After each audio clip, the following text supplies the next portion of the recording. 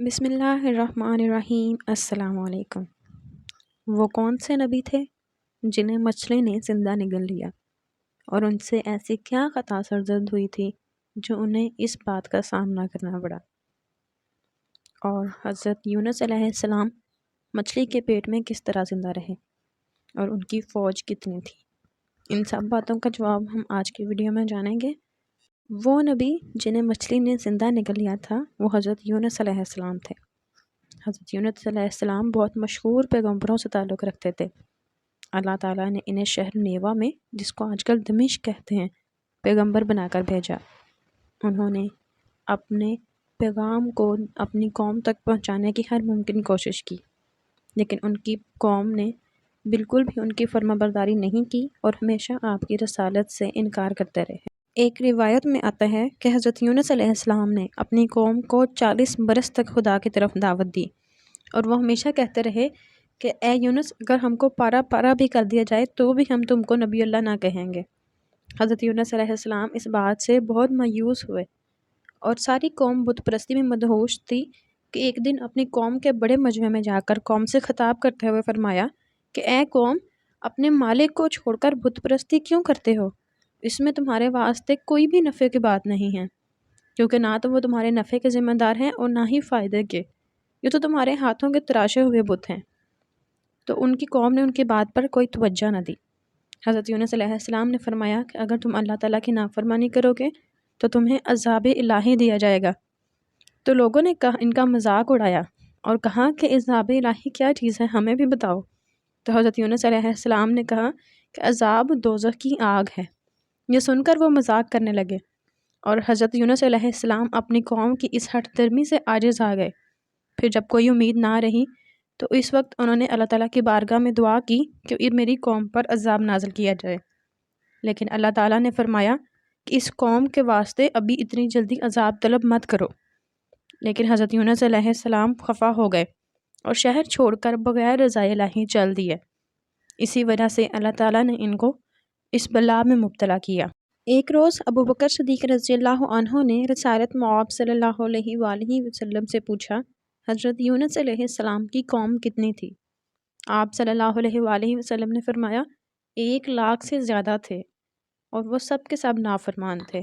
حضرت یونس علیہ السلام کے جانے کے 3 دن بعد اس قوم پر عذاب الہی آیا، تو شہر کے سب لوگ جنگل میں نکلے اور سب نے اللہ سے توبہ کی، بہت گریہ زاری بھی کی، اور اپنے بنائے ہوئے تمام بت توڑ ڈالے۔ اسی وجہ سے آیا ہوا عذاب ٹل گیا۔ لیکن شیطان نے حضرت یونس علیہ السلام کو خبر دی کہ آپ کی قوم پر کوئی عذاب نہیں آیا۔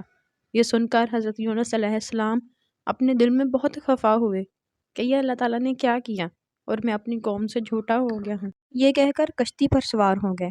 جب کشتی دریا کے بیچ میں پہنچی تو چکر کھانے لگی۔ یہ کیفیت دیکھ کر لوگوں نے کہا کہ اس کشتی میں کسی کا غلام ہے جو اپنے مالک سے خفا ہو کر بھاگا ہوا ہے۔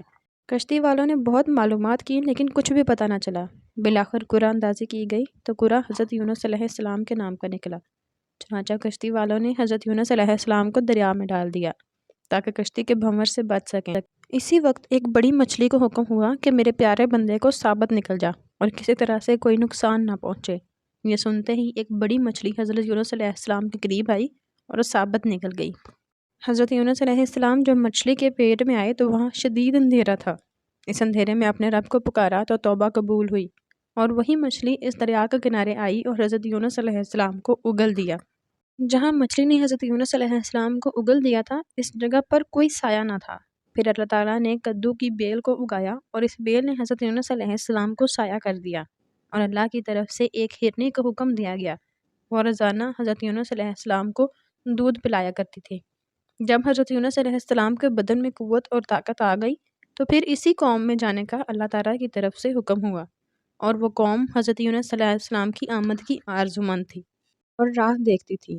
اب اسی دمشق میں حضرت یونس علیہ السلام کی قبر مبارک موجود ہے۔